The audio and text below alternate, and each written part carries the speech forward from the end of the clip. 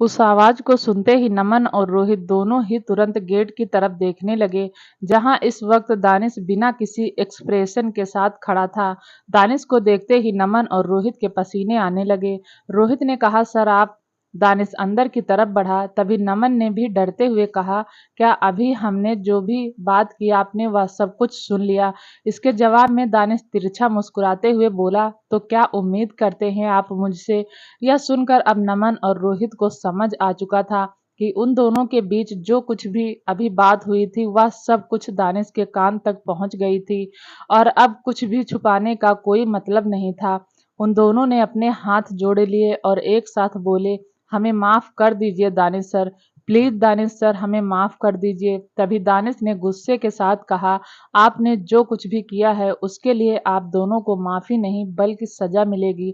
पिछले 7 सालों से मुझसे झूठ बोलते आ रहे हैं कि वह मर गई, जबकि इन 7 सालों में मेरा कोई भी ऐसा दिन नहीं गया होगा जिस दिन आप दोनों से इसके बारे में मैंने पूछा ना हो।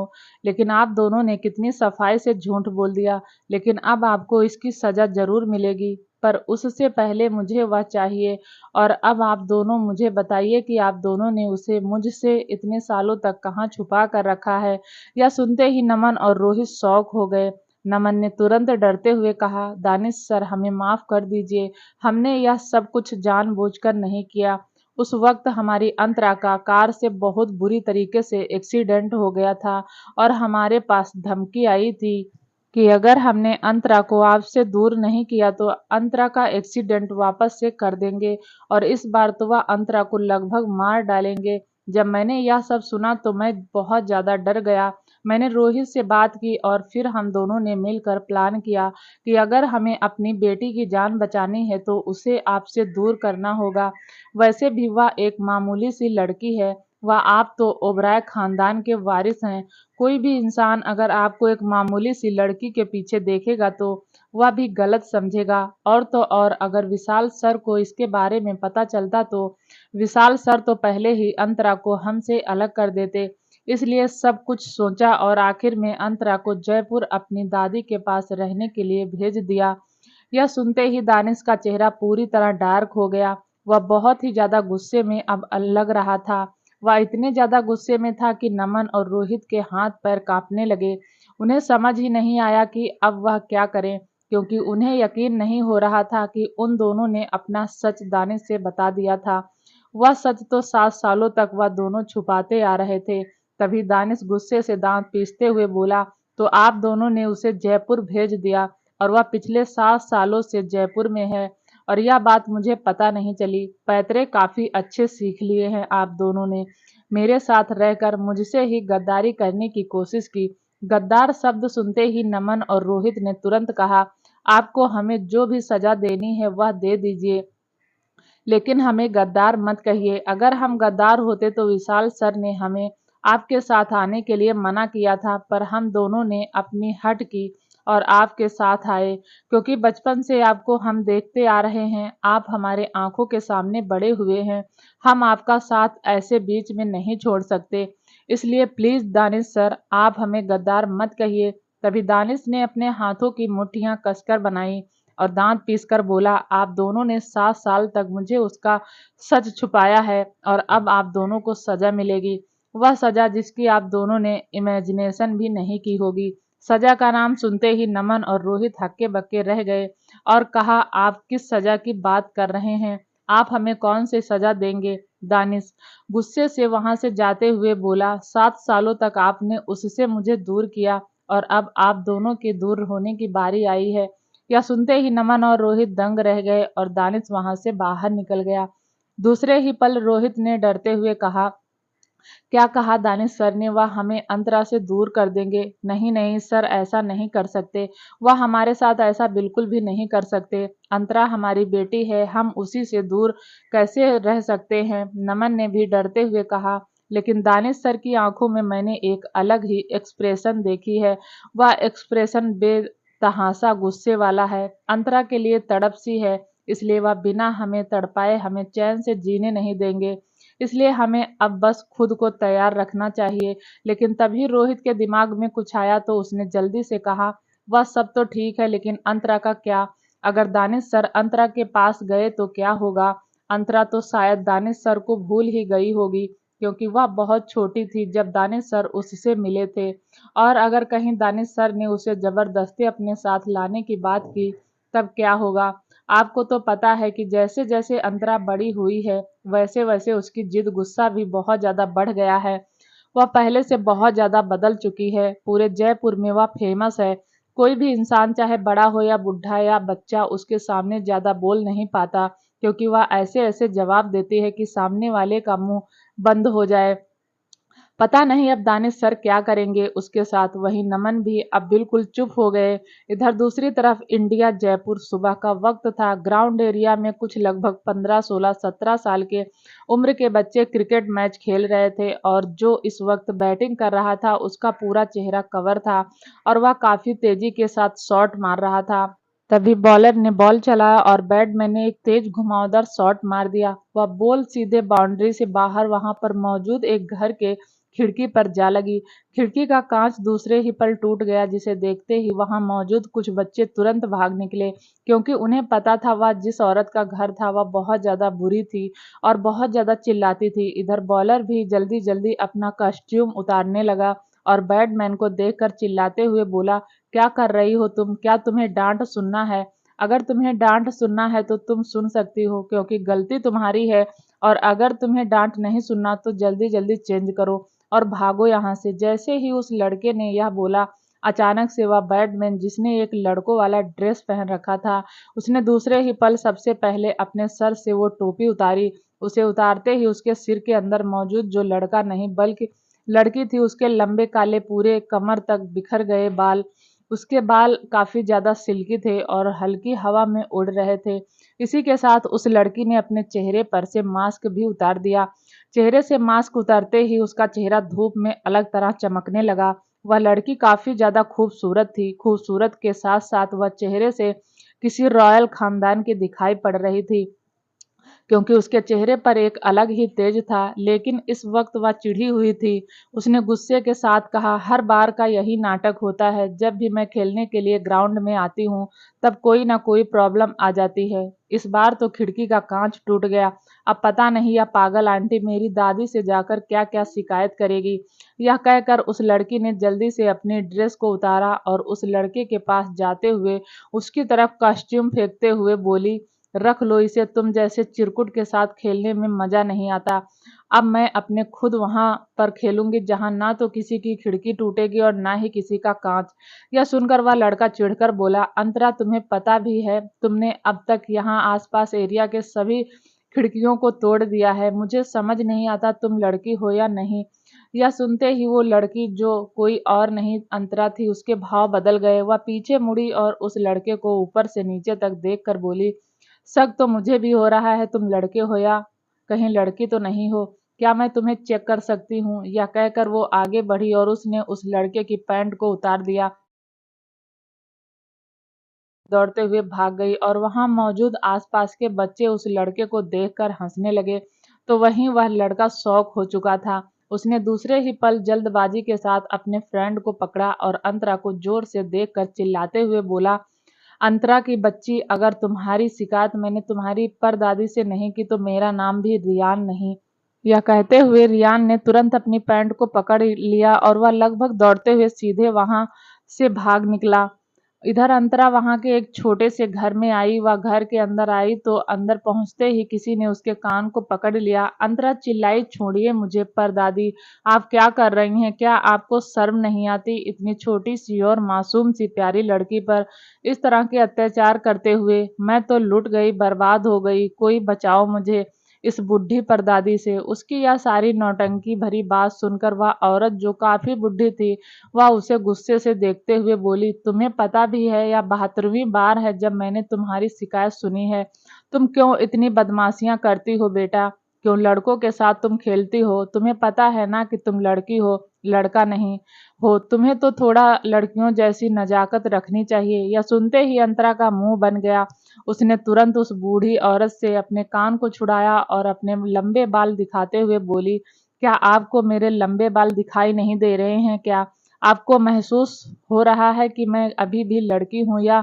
सुनकर परदादी ने उसके सिर पर हल्के से मारते हुए कहा, लंबे बाल रख लेने से कोई लड़की साबित नहीं हो जाती, बल्कि अच्छा भी होना चाहिए। लेकिन तुम्हारे अंदर तो सिर्फ शैतान वाला गुण है। तुम तो शैतान की नानी हो। यह कहकर अंतरा ने हंसते हुए कहा, रोज सुबह मुझे आपकी यह डांट सुनने की आदत हो गई है और अब तो यह मेरे लिए किसी मेडिसिन की तरह है। इसलिए प्लीज आप इसे टाइम पर मुझे देते रहिएगा।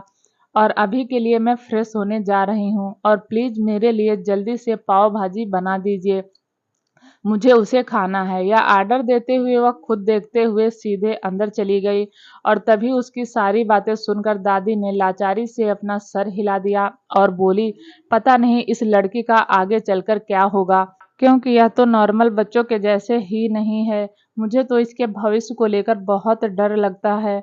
पता नहीं इसे भविष्य में नॉर्मल लड़का मिल भी पाएगा या नहीं। अभी वह सब कुछ सोच ही रही थी और कह रही थी, तभी उनका फोन देखते ही उनकी आंखों में चमक आ गई। उन्होंने तुरंत कॉल उठाया और बोली, नमन बेटा, कैसे हो तुम और तुम अब जयपुर कब आ रहे हो? मुझे और अंतरा को तुम्हारी बहुत याद आती है और साथ में रोहित भी। तुम दोनों कब आ रहे हो? तभी उधर से नमन ने कुछ ऐसा कहा जिसे सुनते ही परदादी के होश उड़ गए। वह उसे गुस्से में देखकर परदादी ने तुरंत कहा, या तुम क्या कह रहे हो नमन? तुम होश में तो हो? वह तुम जैसा कैसे कह सकते हो? इसके जवाब में नमन ने कहा, जो मैं कह रहा हूँ आप बस उस पर ध्यान दीजिए और उसे जल्द से जल्द समझा दीजिए। यह सब सुनकर परदादी ने कहा, ठीक है, तुम मेरा इंतजार करो, मैं तुम्हें दोबारा कॉल करती हूँ। जिसके बाद पर दादी ने फोन कट कर दिया। फोन कट करने के बाद उन्होंने खुद से कहा, आखिर यह सब अचानक से क्या हो गया? मुझे अंतरा को अगवा करना होगा, आगे चलकर मुसीबत हो सकती है। यह सब कहते हुए वह सीधे अंतरा के कमरे की तरफ बढ़ गई। अंतरा उस वक्त वॉशरूम में थी। शावर चलने की आवाज आ रही थी, जिसे सुनकर दादी वहीं बैठ गई बेड पर। उन्होंने देखा कि कपड़े फैले हुए थे और पूरा रूम भी फैला हुआ था, जिसे देखकर दादी ने मुंह बनाते हुए कहा, यह लड़की पूरे कमरे को हमेशा फैला कर रखती है। यह कहकर उसके पूरे कमरे को एक एक करके साफ करने लगी। तभी अंतरा शावर लेकर बाहर निकली और अपने बालों को टॉवल से साफ करते हुए बोली, पर दादी, मैंने आपसे कहा ना, आप मेरे लिए मैगी बना दीजिए, आप यह सब काम छोड़ दीजिए। यह सुनकर अप्पर दादी ने उसकी तरफ गुस्से से देखकर कहा, अगर मैं यह सब काम छोड़ दूंगी तो कौन करेगा? तुम अपना काम तो, कमरा तो ढंग से साफ नहीं करती हो, बस सारा दिन लड़कों के साथ खेलना आता है तुम्हें। कब अक्ल आएगी? तुम लड़का नहीं लड़की हो, तुम्हें लड़कियों के साथ खेलना चाहिए, लेकिन नहीं, तुम्हारे अंदर तो सारे शौक लड़कों वाले हैं। यह सुनकर अंतरा का मुंह बन गया। वह मिरर के सामने जाकर खड़ी हो गई और वह खुद को ऊपर से नीचे तक देखने लगी। तभी उसने मुंह फुला लिया और अपने गाल पर उंगली रखते हुए बोली, अगर मैं अपने बालों को कट करवा लूं और अपनी हाइट थोड़ी और लंबी कर लूं तो मैं लड़का बन सकती हूँ ना? उसकी यह बात सुनकर परदादी ने उसे घूर कर देखा और बोली, अब बस यही बाकी रह गया है, यही दो काम करवा लो, उसके बाद तुम पूरी तरह लड़का बन जाओगी। मुझे तो तुम्हारे उस दोस्त का, क्या नाम है उसका? अंतरा ने हल्के से हंसते हुए कहा, रियान। यह सुनकर परदादी ने कहा, हाँ वही तुम्हारा वह दोस्त रियान, उसे देखकर तो मुझे बहुत गुस्सा आता है। उस लड़के ने ही तुम्हें पूरी तरह से बिगाड़ दिया है, हमेशा लड़कों वाला खेल खेलता है तुमसे। मैं तो अब उसे तुम्हारे आसपास भी नहीं आने दूंगी। यह सुनते ही अंतरा का मुंह बन गया। उसने तुरंत घूर कर कहा, आप ऐसा कुछ भी नहीं कर सकती, वह मेरा बेस्ट फ्रेंड है। यहाँ पर कोई मुझसे दोस्ती नहीं करता, इकलौता इंसान वही है जिसने मुझसे दोस्ती की है, इसलिए आप उसे मुझसे दूर नहीं कर सकती। मैं दृश्यम के बाद उसे ही अपना बेस्ट फ्रेंड मानती हूँ और मैं उसकी जगह किसी को नहीं दूंगी। उसके मुंह से दृश्यम शब्द सुनकर परदादी ने गुस्से के साथ कहा, तूने फिर से उसका नाम लिया। मैंने कहा था ना, पिछली जिंदगी में जो कुछ भी हुआ है उसे अब तुम भूल चुकी हो। अब तुम्हारी जिंदगी नए सिरे से शुरू हो चुकी है और अब तुम उसका नाम वापस से मत लेना। यह सुनकर अंतरा ने चिढ़कर कहा, लेकिन क्यों? मैं दृश्यम का नाम क्यों नहीं ले सकती? वह मेरा बेस्ट फ्रेंड है, मुझे उसकी याद आती है। मैं तो उससे मिलने भी जाना चाहती हूँ, पर आप और दोनों डैडी मुझे उससे मिलने नहीं जाने देते। आप सब ऐसा क्यों करते हैं मेरे साथ? एक तो ज़बरदस्ती मुझे ऐसी जगह पर लेकर आए हैं, और जब यहाँ पर मैंने दोस्त बना लिया तो इसमें आप सबको फिर से प्रॉब्लम हो गई है। मैं कुछ नहीं जानती, रियान मेरा दोस्त है और वही मेरा दोस्त रहेगा। अगर आपने मुझे उसी से दूर करने की कोशिश की तो मैं यहाँ से कहीं भाग जाऊँगी, फिर मैं आपको कभी नहीं मिलूंगी। जैसे ही अंतरा ने यह कहा, अचानक से सुलोचना जी के भाव बदल गए। वह तुरंत गुस्से से उसके पास आई और बोली, क्या कहा तुमने? तुम यहाँ से भाग जाओगी? क्या तुम होश में तो हो, या फिर तुम्हारा दिमाग कहीं घास चरने चला गया है? इस उम्र में कहाँ जाओगी तुम? खबरदार, अगर आज के बाद तुमने यह बात कह दी, आइंदा से कभी ऐसी बात मत कहना, समझी तुम? सुलोचना जी को इतने गुस्से में देखकर अंतरा ने फिर जल्दी से कहा, ओके समझ गई, मुझे आपसे ऐसी बात नहीं करनी चाहिए थी, पर आप जब भी रियान के बारे में कुछ भी कहती हो मुझे अच्छा नहीं लगता, इसलिए प्लीज अगले टाइम से आप उसके बारे में कुछ मत कहना। सुलोचना जी ने कहा, मैं उसे कुछ भी नहीं कह रही हूँ, लेकिन मुझे लगता है कि उसके साथ तुम रहकर बहुत ज़्यादा बिगड़ गई हो। उसका क्या, वह तो अमीर बाप का बिगड़ा हुआ लड़का है, लेकिन तुम्हारे पास इतनी अमीरी नहीं है। तुम्हें अपनी पढ़ाई लिखाई पर ध्यान देना चाहिए, तभी तो तुम आगे चलकर एक बहुत बड़ी कंपनी खोलोगी। जो सपने तुमने देखे हैं तभी तो पूरा करोगी। सुलोचना जी की यह बात सुनकर अब अंतरा कुछ सोचते हुए सोफे पर बैठ गई और दूसरे ही वक्त उसने एक्साइटमेंट के साथ कहा, यू आर राइट दादी, आपने तो मेरी आंखें खोल दी। आप बिल्कुल ठीक कह रही हो, मुझे पढ़ाई भी करनी चाहिए, तभी मैं एक बड़ी सी कंपनी खोलूंगी और फिर उस कंपनी में आपको अपना सेफ कर दूंगी और दोनों डैडी को मैनेजिंग डायरेक्टर का पोस्ट दूंगी। अच्छा आइडिया है ना? यह सुनकर सुलोचना ने उसे घूरते हुए कहा, मैं क्यों तुम्हारे लिए खाना बनाऊंगी? मैं सेफ नहीं रहूंगी, मुझे तुम दूसरी कोई पोस्ट दे देना। यह सुनकर अंतरा ने सुलोचना जी को साइड से गले लगा लिया और हंसकर बोली, वाह मेरी परदादी, एक आप ही तो हैं जिनके हाथ का खाना मुझे दुनिया का सबसे बेस्ट खाना लगता है। आप जैसा खाना कोई भी दूसरा नहीं बना सकता, इसलिए मैं जब बहुत बड़ी कंपनी खोलूंगी तो उसमें आपको ही सेफ रखूंगी और आपके अंदर में बहुत सारे काम करेंगे, प्रॉमिस। उसकी यह सारी प्लानिंग सुनकर सुलोचना जी मुस्कुरा दी और बोली, बेटा मैं उम्मीद तो यही करती हूँ कि आगे चलकर तुम बहुत ज़्यादा सफल हो जाओ, क्योंकि तुम्हारे दोनों बाप ने तुम्हें लेकर बहुत सारे सपने देखे हैं। यह सुनते ही अंतरा ने गुस्से के साथ कहा, प्लीज परदादी, मुझे अच्छे से पता है दोनों डैडी को मुझसे कोई प्यार नहीं है, इसलिए वह तो मुझसे इतनी दूर रहते हैं और इतने सालों तक दूर रहते हैं। उनको ना तो मेरी कोई याद आती है और ना ही उन्हें मुझसे कोई लेना देना है, इसलिए प्लीज आप उनका जिक्र मेरे आगे मत किया कीजिए। यह कहकर वहां से बाहर जाने लगी तो वहीं उसकी यह बात सुनकर सुलोचना जी ने उसे रोकते हुए कहा, बेटा मुझे तुमसे कुछ कहना है। अंतरा के कदम अपनी जगह रुक गए। उसने ना समझी में कहा, क्या कहना है आपको? इसके जवाब में सुलोचना जी ने कहा, अब से तुम बाहर कहीं नहीं जाओगी और शायद कुछ ही वक्त में कोई ऐसा तुमसे मिलेगा जो शायद तुम्हें यहाँ से लेकर जाने के बारे में कहेगा, लेकिन तुम वादा करो कि तुम अपनी जिद पर खड़ी रहोगी और मुझे छोड़कर कहीं नहीं जाओगी। जैसे ही अंतरा ने यह सुना वह एक पल के लिए हैरान हो गई और हैरानी से बोली, यह आप क्या कह रही हैं?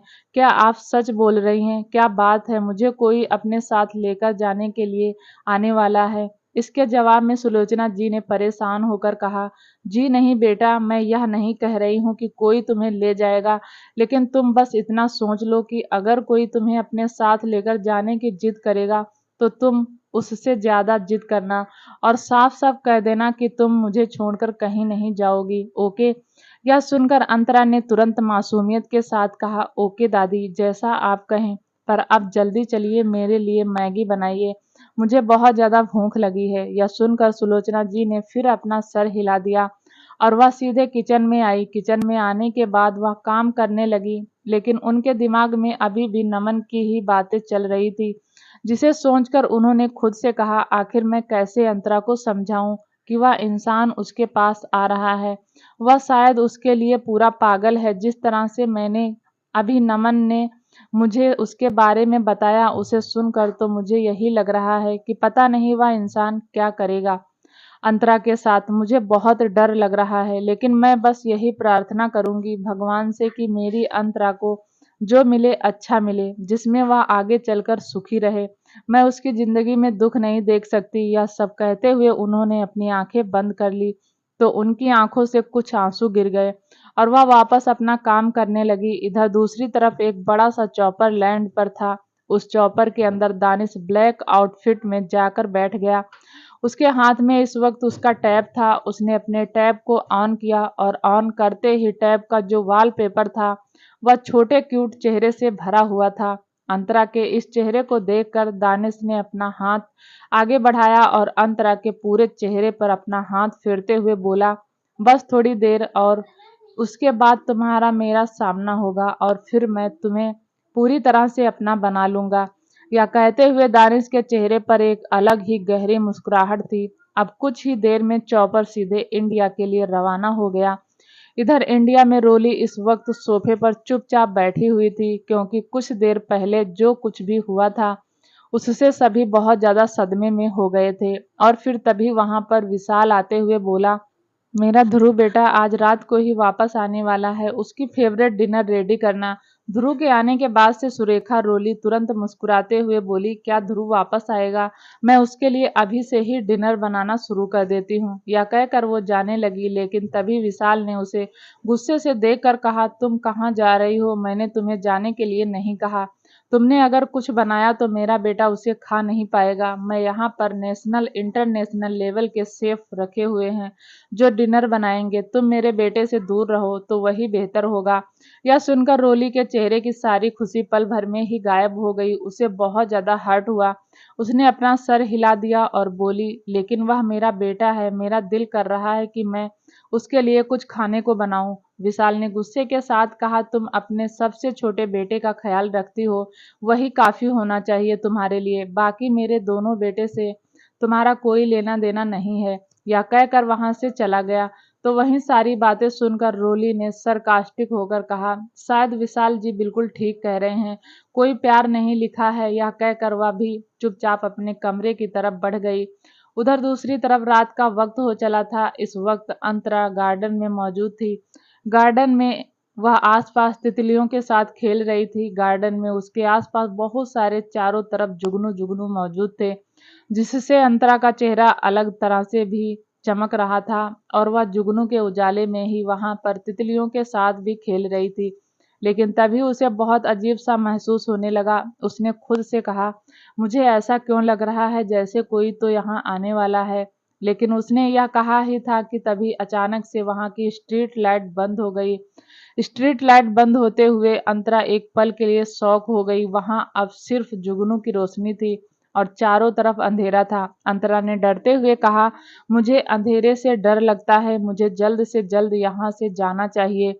यह कहकर जैसे ही वह आगे की तरफ कदम बढ़ाई, अचानक से पैर स्लिप हो जाने की वजह से लड़खड़ा गई। लेकिन वह डर की वजह से अभी जमीन पर गिरती उससे पहले ही किसी ने अपना हाथ आगे लगाया और उसे सीधे अपने करीब खींच लिया। अंतरा यह महसूस करते ही जोर से चिल्ला पड़ी। अंतरा के मुंह से दूसरे ही पल उस पकड़ से आह निकल गई। वह छटपटाने लगी। वह अपने हाथ पैर चलाते हुए बोली, कौन है? कौन है? छोड़ो मुझे। किसने मुझे पकड़ रखा है? मैंने कहा छोड़ दो मुझे, वरना मैं पंच कर दूंगी। या कहते हुए अंतरा ने एक बार फिर से बिल्कुल बचपन की तरह अपने हाथों का पंच बना लिया और उसे चारों तरफ घुमाने लगी। लेकिन अंधेरे में उसे कुछ समझ नहीं आ रहा था और ना ही वह निशाना सही से लगा पा रही थी। वह इंसान उसे अपनी गहरी काली आंखों से घूर रहा था। वह कुछ भी रिएक्ट नहीं कर रहा था, बस अंतरा के चेहरे को ही देखे जा रहा था। इधर अंतरा लगातार अपने काम आप को छुड़ाने की कोशिश कर रही थी। उसने फिर से कहा, मैंने कहा ना छोड़ो मुझे, कौन हो तुम और मुझे इतना क्यों पकड़े हुए हो? छोड़ो, मैंने कहा। यह कहते हुए उसने उस इंसान को धक्का देना चाहा, लेकिन तभी उस इंसान ने उसके दोनों हाथों को कसकर पकड़ लिया और उसके कमर के पीछे उसके हाथ को लगाते हुए उसे अपने करीब खींच लिया। अब अंतरा सीधे उस लंबे चौड़े इंसान के सीने से टकराई। उस इंसान के सीने से टकराते ही उसे दर्द हुआ। उसने अपने सर को इधर उधर हिलाते हुए कहा, तुम्हारी बॉडी है या पत्थर? मेरे सिर पर कितनी जोर का लगा है और मुझे दर्द हो रहा है, प्लीज छोड़ो मुझे। या कहकर उसने फिर से उस इंसान को दूर धक्का देना चाहा। वह इंसान दूर होने के बजाय और भी उसके करीब आ रहा था। अंतरा का दिल अब जोरों से धड़कने लगा, पता नहीं क्यों, पर उसे एक अजीब सा एहसास हुआ। उसने अब अंधेरे में ही उस इंसान के चेहरे को गौर से देखा, लेकिन उसे कुछ समझ नहीं आ रहा था। फिर उसने धीरे से कहा, क्या मैं तुम्हें जानती हूँ? वह इंसान अब उसके बेहद नजदीक आया और उसके कान में अपनी गर्म सांस छोड़ते हुए बोला, बचपन से जानती हो? या सुनते ही अंतरा की आंखें बड़ी बड़ी हो गई और वह हैरानी से बोली, बचपन से? या तुम क्या कह रहे हो? देखो तुम कौन हो, मेरे सामने आओ। अगर मैं तुम्हें बचपन से जानती हूँ तो तुम मेरे सामने क्यों नहीं आ रहे हो? कहीं ऐसा तो नहीं कि तुम मुझसे डर रहे हो? देखो, डरने की कोई बात नहीं है, मैं तुम्हें नहीं मारूंगी। अगर मैं तुम्हें पहचानती हूँ तो मैं तुम्हें अपना दोस्त बना लूंगी, जैसे मैंने रियान को अपना दोस्त बनाया हुआ है। जैसे ही उस इंसान के कान में रियान का नाम गया, वैसे ही उस इंसान की पकड़ अंतरा के कमर पर बेतहाशा मजबूत हो गई। अंतरा को ऐसा लगा जैसे कि उसकी कमर अभी के अभी टूट जाएगी। उसकी आंखों में दर्द की वजह से आंसू आ गए। उसने गुस्से के साथ कहा, कौन हो तुम? छोड़ो मुझे, मुझे दर्द हो रहा है। क्या तुम पागल हो? प्लीज छोड़ दो मुझे, मैं सच कह रही हूँ, मुझे बहुत दर्द हो रहा है।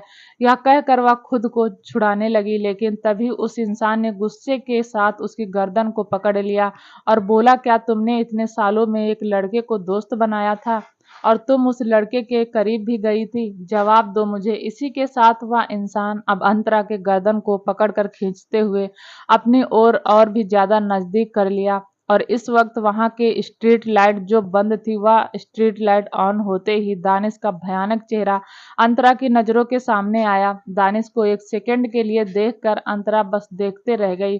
उसने कुछ भी रिएक्ट नहीं किया, लेकिन दानिश की आंखों में गुस्सा भरा हुआ था। वह अपनी लाल नजरों से अंतरा को गुस्से से देखकर आगे बोला, जवाब दो, बताओ मुझे कि तुमने किसी लड़के को दोस्त बनाया है और क्या तुम उस लड़के के करीब भी गई थी? तभी अंतरा ने सिर हिलाते हुए कहा, मुझे ऐसा क्यों लग रहा है जैसे मैंने आपको कहीं देखा है।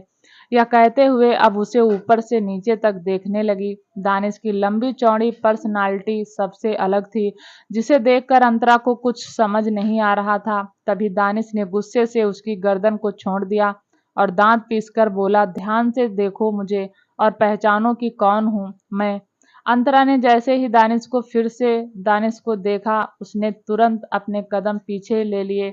अब जोर जोर से खांसने लगी। वह बहुत बुरी तरह से खांस रही थी, क्योंकि दानिश ने उसकी गर्दन को इतने कस कर पकड़ा था कि उसकी गर्दन पर उसकी उंगलियों के निशान भी पड़ चुके थे और उसकी आंखों के कोने लाल थे और वह दानिश को घबराए हुए नजरों से देखने लगी। उसे दानिश का चेहरा जाना पहचाना लग रहा था। तभी दानिश ने गुस्से के साथ कहा, क्या पहचाना तुमने मुझे? अंतरा ने हकलाते हुए कहा, मुझे आप याद नहीं आ रहे हो? यह सुनकर दानिश ने अब अपनी आंखें गुस्से के साथ बंद कर ली, जैसे वह खुद के गुस्से को कंट्रोल कर रहा हो। उसने अपने हाथों की मुट्ठियां बनाई और गहरी सांस लेते हुए अपनी आंखें खोली। अब वह अंतरा के करीब जाने लगा। अंतरा ने जैसे ही दानिश को अपने पास आते देखा, वह अपने कदम पीछे लेते हुए बोली, आप मेरे पास क्यों आ रहे हैं? क्या प्रॉब्लम है कि आपकी? आप मुझसे सीनियर दिखाई दे रहे हैं, मुझे नहीं पता आप यहाँ क्या कर रहे हैं, पर प्लीज अभी के अभी यहाँ से चले जाइए। तभी दानिश ने गुस्से के साथ उसे पकड़ लिया और बोला, क्या तुम मुझे भूल गई हो? यह सुनकर अब अंतरा दानिश को काफी ध्यान से देखने लगी। उसे देखते हुए उसको कुछ पुरानी यादें याद आने लगी। फिर उसने अपना सर हिलाते हुए कहा, आपका फेस तो किसी वम्पायर जैसा है, कहीं आप वम्पायर तो नहीं है? उसकी यह बात सुनते ही दानिश के एक्सप्रेशन बदल गए और फिर वह बोला, तुम्हें सिर्फ एक वम्पायर की याद है, मुझे देखकर क्या तुम्हें समझ नहीं आ रहा कि मैं कौन हूँ तुम्हारे लिए? यह सुनकर अंतरा ने अब मुंह बनाते हुए कहा, मुझे तो अभी भी नहीं याद आ रहा है कि आप कौन हैं। एक काम कीजिए, आप मुझे अपना नाम बताइए, क्योंकि अभी तक मुझे सिर्फ एक ही नाम याद है, जो था दृश्यम, जो मेरा शायद दोस्त था, पर अब वह कहाँ है और मैं यहाँ पर क्यों हूँ, मुझे कुछ नहीं पता। इसलिए आप मुझे अपना नाम बता दीजिए, शायद मुझे नाम से आपके बारे में पता चल जाए। उसके मुंह से दोबारा से दृश्यम का नाम सुनकर दानिश का दिमाग खराब हो गया। वह गुस्से से अपने होठों को बुरी तरीके से खींचते हुए बोला, तुम्हें दुनिया के सब लड़कों के बारे में पता है अब तक, और दुनिया के सब लड़कों का नाम याद है, लेकिन एक तुम सिर्फ मेरा ही नाम भूल गई और मैं ही तुम्हें याद नहीं हूँ। सच सच बताओ, मुझसे तुम झूठ बोल रही हो, राइट? तुम मुझसे बचने का दिखावा कर रही हो सिली गर्ल। दानिश ने जैसे ही सिली गर्ल कहा, अचानक से अंतरा की आंखें बड़ी बड़ी हो गई। उसे एक बार फिर से अपने बचपन की कुछ झलक याद आने लगी। उसे ऐसा महसूस हुआ जैसे इससे पहले भी इसे कोई सिली गर्ल बुलाता था। बचपन में सिर पर चोट आने की वजह से अंतरा को अपने बचपन की कई सारी बातें याद नहीं आती थी और उसे सिर्फ और सिर्फ एक ही नाम याद था, जो कि था दृश्यम का। इसके अलावा उसे ना तो दानिश याद था और ना ही दानिश की शक्ल। लेकिन दानिश जब जब उसे छू कर उससे बात कर रहा था, उसे अपने बचपन का वह धुंधला चेहरा याद आ रहा था। अंतरा ने अपनी आंखें बड़ी बड़ी करते हुए कहा, आपने कभी मुझे क्या बुलाया था? दानिश ने अब गुस्से के साथ कहा, वही जो तुम हो। अंतरा ने जल्दी से कहा, एक बार फिर से बुलाइए। यह सुनकर दानिश ने अपनी भौहें आपस में चढ़ाकर बोला, क्या तुम्हें यह नाम पसंद है? यह सुनकर अंतरा ने वापस से कहा, नहीं, पहले आप मुझे इस नाम से दोबारा बुलाइए। यह सुनकर दानिश के चेहरे पर मुस्कुराहट आ गई और वह अंतरा को घूरते हुए, तुम जैसी सिली लड़की को ही ऐसे नाम ही पसंद आ सकते हैं। बाय द वे, वह तुम एक बेवकूफ लड़की हो जिसे दुनिया के सब लड़कों का नाम याद है। लेकिन अब एक बात कान खोल कर सुन लो, तुम फिर से दानिश ओबराय की कैद में आ चुकी हो और अब दानिश ओबराय तुम्हें अपनी नजरों से तो क्या, अपनी परछाई से भी दूर नहीं जाने देगा। जैसे ही उसने दानिश ओबराय नाम लिया, अंतरा के दिमाग में एकदम से दानिश के बचपन का और उसके बचपन की कुछ बातें सेंड करने लगी। उन सब को याद करते ही अंतरा जोर से चिल्लाते हुए बोली, वम्पायर, आप तो बचपन वाले वम्पायर हो ना? उसके मुंह से एक बार फिर से वम्पायर सुनकर दानिश ने बुरी तरह अपने हाथों की मुट्ठियां बंद की। फिर वह अपने आप को कंट्रोल करते हुए बोला, तुम्हें मेरा नाम सुनकर ही वम्पायर शब्द याद आता है। अंतरा अब जल्दी से अपने पैर पीछे लेते हुए बोली, ओ माय गॉड, आप तो बचपन वाले वम्पायर हो जो बात बात पर मुझे सजा देते थे। या कहते हुए उसने मुंह फुला लिया और टुकुर टुकुर उसे देखने लगी। दानिश ने अपने पैंट के दोनों पॉकेट में हाथ डाल लिया और वह अंतरा को ऐसे देखने लगा जैसे वह दुनिया की किसी बेवकूफ लड़की देख रहा हो। तभी अंतरा ने चिढ़कर कहा, आप यहाँ क्या करने आए हैं? मुझे तो लगा कि आप एक वम्पायर वाली दुनिया में चले गए होंगे, इसलिए आप मुझे इतने सालों तक दिखाई नहीं दिए। पर क्या आप वापस से वहां से आ गए? मैंने वम्पायर के बारे में बहुत पढ़ा है। मैंने सुना है कि वह लोगों का खून पीते हैं। तो क्या आप यहाँ खून पीने वापस आए हो? वैसे कहीं आप वेजिटेरियन वम्पायर तो नहीं है? वैसे वेजिटेरियन वम्पायर हैं तब मुझे आपसे डरने की जरूरत नहीं है। पर तभी दानिश ने जवाब दिया, नहीं, मैं वेजिटेरियन वम्पायर नहीं हूँ, बल्कि मैं नॉन वेजिटेरियन वम्पायर हूँ और मैं अब इसी वक्त सामने खड़ी लड़की का खून पीना चाहता हूँ। यह सुनते ही अंतरा की आंखें बाहर निकलने लगी। वह तुरंत गुस्सा होते हुए बोली, क्या कहा आपने? आप मेरा खून पिएंगे क्या?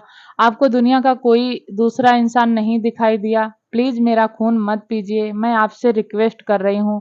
बचपन में मुझे आपसे बिल्कुल भी डर नहीं लगता था और यह मत सोचिए कि मुझे आपसे अभी भी डर लगता है।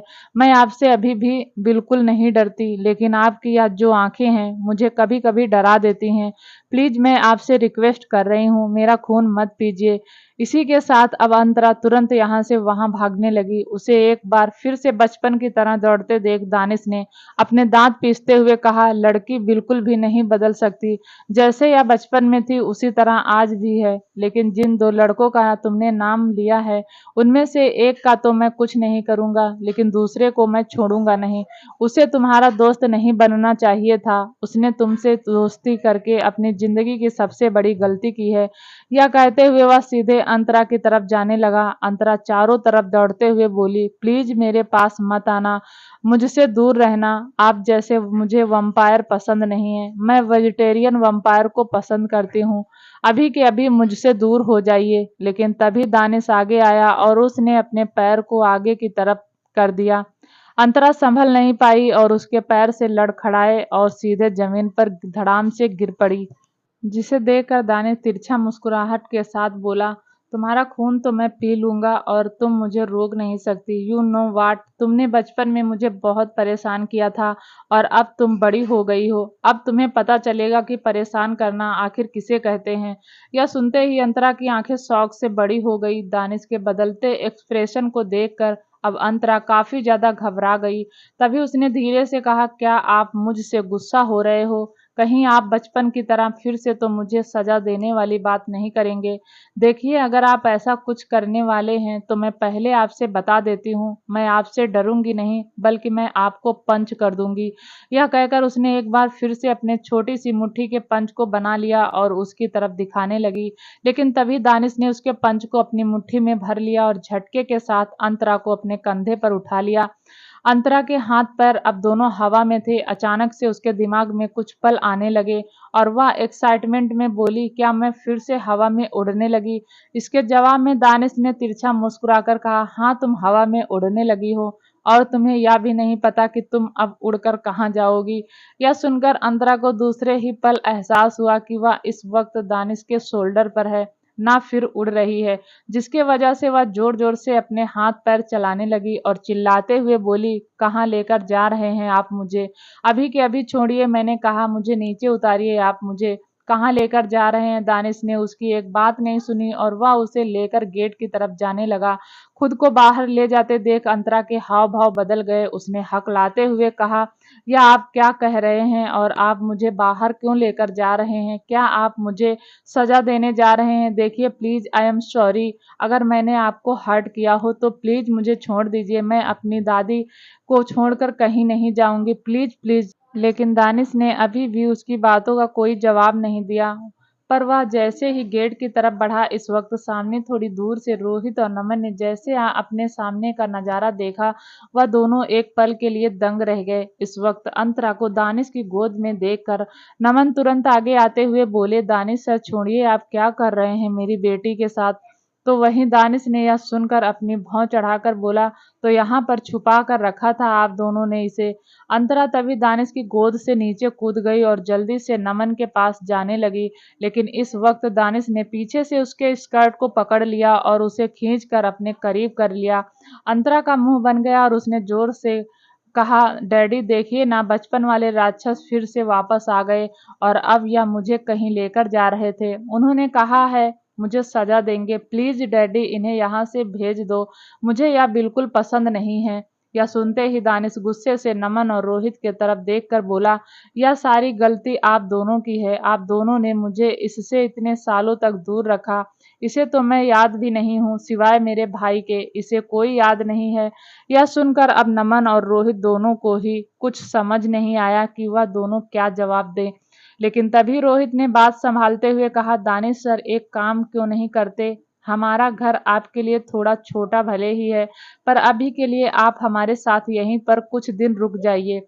उसके बाद आप यहाँ से चले जाइएगा। इससे अंतरा भी आपको थोड़ा बहुत जान पहचान पाएगी और फिर वह आपके साथ कंफर्टेबल होकर महसूस करेगी।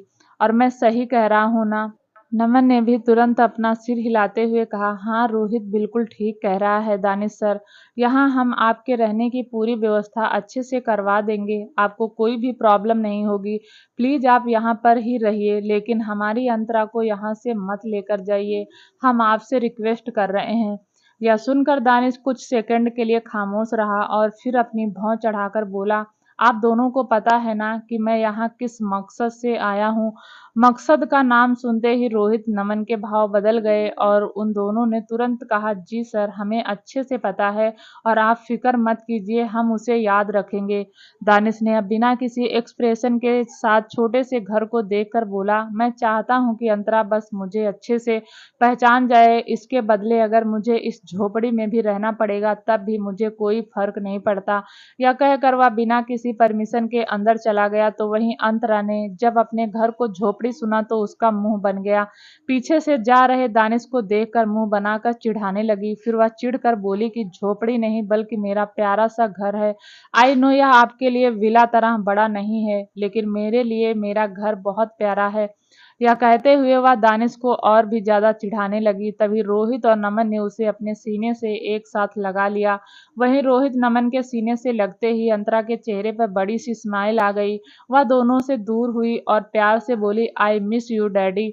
मैंने आप दोनों को बहुत मिस किया। यह सुनकर रोहित ने भी मुस्कुरा कर कहा, मैंने भी अपनी बेटी को बहुत मिस किया। कैसी हो तुम? तुम अच्छे से खाती पीती तो हो नहीं? लेकिन तभी नमन ने कहा, नहीं रोहित, मुझे नहीं लगता कि अच्छे से खाती पीती है।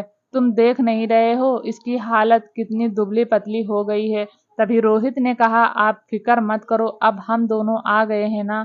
अब मैं अपने हाथों से अपनी अंतरा के लिए खाना बनाऊंगा और उसे खिला खिला कर मोटा कर दूंगा। अपने दोनों डैडी की यह सारी बातें सुनकर अंतरा ने अपने सिर पर हाथ रख लिया और एक्टिंग करते हुए बोली, ओ माय गॉड, इसका मतलब अब मैं बड़ी होकर मॉडल नहीं बन पाऊंगी, क्योंकि मेरे दोनों डैडी मुझे खिला खिला कर मोटा करने वाले हैं। ओह नो, अब मैं क्या करूं? उसकी सारी बातें सुनकर नमन ने हल्के से उसके सर पर मारते हुए कहा, नौटंकी, बस अब चलो मेरे साथ अंदर। अंतरा हंसने लगी और उनके साथ अंदर जाने लगी, लेकिन तभी रोहित को कुछ याद आया और वह अंतरा को देखकर बोले, अंतरा बेटा, मुझे एक बात बताओ, तुम्हारे साथ दानिश सर ने इससे पहले कुछ किया तो नहीं ना? कहीं उन्होंने तुम्हें चोट पहुंचाने की तो कोशिश नहीं की? यह सुनते ही अंतरा ने तुरंत अपने आप को दिखाते हुए कहा, क्या आपको लगता है कि वह आप दोनों की शेरनी बेटी को कुछ कर पाएंगे? मैंने अपने हाथों के पंच से उन्हें डरा दिया और वह डर के साथ खड़े थे मेरे सामने। वह तो यह भी कह रहे थे कि मुझे छोड़ दो, मैं अब तुम्हें परेशान नहीं करूंगा। इनफैक्ट वह तो मेरे कदमों में गिर गए और मुझे बार बार रिक्वेस्ट कर रहे थे। रोहित और नमन ने जब यह सुना तभी उनकी नज़र पीछे चली गई। पीछे खड़े दानिश को देखते ही वह दोनों बिल्कुल खामोश हो गए और आंखों से अंतरा को शांत करने का इशारा करने लगे। लेकिन अंतरा नॉन स्टॉप मशीन की तरह फिर से बोलने लगी और बोली, और आपको पता है डैडी, जब वह मेरे सामने आए तो बहुत ज़्यादा अपने आप को दिखा रहे थे, लेकिन जैसे ही मैंने उन अपने कुकू कराटे वाले एक्शन दिखाए तो वह मेरे आगे भीगी बिल्ली बनकर जोर जोर से चिल्लाने लगे, कहने लगे कि मैं उन्हें छोड़ दूं। लेकिन मैंने उन्हें नहीं छोड़ा। मैंने अपना पंच घुमाया और उनके जोर का पंच मार दिया। यह कहते हुए अंतरा ने जैसे ही अपने पंच को घुमाते हुए पीछे की तरफ गई, सामने खड़े दानिश को देखा। वह एक पल के लिए हैरान रह गई, तो वहीं दानिश, जो पैंट के दोनों पॉकेट में हाथ डाले खामोशी से खड़ा था, उसकी सारी बकवास बातें सुन रहा था। वह बिना किसी भाव में गहरी सांस लेकर बोला, अच्छा तो तुमने यह सब कुछ किया मेरे साथ और मैं तुम्हारे कदमों में गिर गया भीगी बिल्ली की तरह, तुमसे माफी मांग रहा था, राइट? अंतरा को समझ नहीं आया कि वह अब क्या जवाब दे। तभी उसने अपने हाथ को धीरे से पीछे तरफ खींच लिया और वह तुरंत अपने छोटे छोटे हाथ दिखाकर बोली, वह मैं तो उसे समझ नहीं आ रहा था कि वह क्या बोले। तभी दानिश उसे अपनी आंखें छोटी करके घूरते हुए बोला, काफी अच्छी एक्टिंग करती हो तुम। तुम्हें तो नौटंकी में होना चाहिए, लेकिन कोई बात नहीं, तुम्हारी सारी एक्टिंग सिर्फ मेरे सामने। और अब चलो मुझे मेरा रूम दिखाओ, क्योंकि यह तुम्हारा घर है।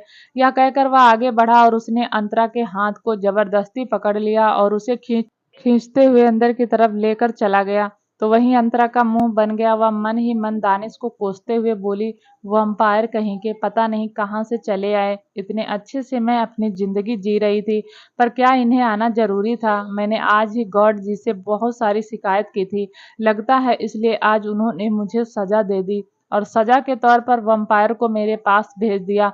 अब पता नहीं अब मेरे घर में कितने दिनों तक रहेंगे और मैं कैसे रहूंगी। एक काम करती हूँ, मैं रियान के घर में चली जाऊंगी।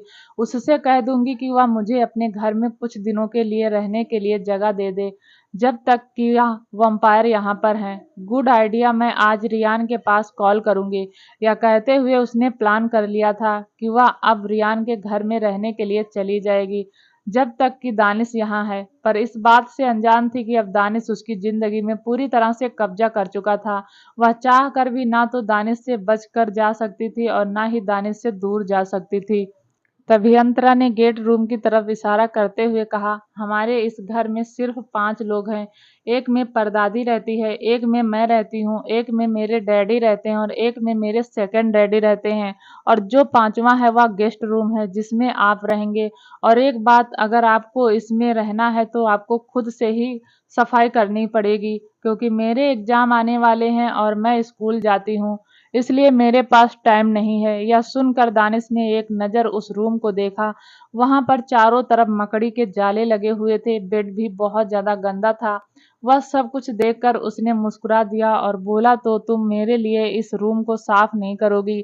यह सुनकर अंतरा ने अपने नील्स पर फूंक मारते हुए स्टाइल से कहा, ऑफ कोर्स। अंतरा ऐसे मामूली काम नहीं करती। यह सुनकर दानिश उसके एटीट्यूड को देखकर मुस्कुरा कर बोला, ऑल राइट, तो फिर तुम यह सब कुछ नहीं करोगी, पर तुम्हारे दोनों डैडी मेरे लिए सब कुछ करेंगे। जैसे ही अंतरा ने यह सुना, अचानक से उसके भाव बदल गए और वह तुरंत दानिश को घूरते हुए बोली, क्या मतलब है आपका? तभी दानिश ने आवाज लगाते हुए कहा, नमन अंकल, रोहित अंकल, क्या आप मेरे लिए इस रूम को साफ कर देंगे? नमन और रोहित जो अंदर ही आ रहे थे, वह दोनों तुरंत दानिश के पास आ गए और अपना सिर हिलाते हुए बोले, जी दानिश सर, आप जब तक सोफे पर बैठो, हम बहुत जल्दी ही पूरे कमरे को अच्छे से आपके लिए साफ कर देंगे। या कहकर वो दोनों अंदर जाने लगे तो वहीं अंतरा का यह सब कुछ सुनकर मुंह बन गया और वह जोर से चिल्लाते हुए बोली, नहीं, बिल्कुल भी नहीं। मेरे दोनों डैडी अभी कितनी दूर से थक कर आए हैं, उन्हें रेस्ट करना है, वह ऐसे काम नहीं करेंगे। मैं उन्हें बिल्कुल भी ऐसे काम नहीं करने दूंगी। उसकी यह बात सुनकर रोहित और नमन अपनी जगह रुक गए तो वहीं दानिश ने उसे देखकर गहरी मुस्कुराहट के साथ कहा, अगर तुम नहीं चाहती कि तुम्हारे दोनों डैडी मेरे लिए यह काम करें, तो तुम्हें मेरे लिए यह करना होगा। क्या तुम करोगी? दानिश ने अंतरा को इस तरह फंसा दिया था कि वह चाह कर भी कुछ नहीं कर पाई, लेकिन फिर वह अपने पैर पटक कर बोली, आपको पता है आप दुनिया के सबसे चालाक इंसान हैं। यह कहकर वह गुस्से से कमरे में चली गई और अंदर साफ सफाई करने लगी। तो वहीं दानिश यह सब सुनकर उसे देख हल्के से मुस्कुरा दिया। दोस्तों, आगे की कहानी सुनने के लिए प्लीज चैनल को लाइक शेयर सब्सक्राइब जरूर करें, ताकि जब भी हम वीडियो डालें आपको नोटिफिकेशन तुरंत मिले। तब तक के लिए नमस्कार, धन्यवाद।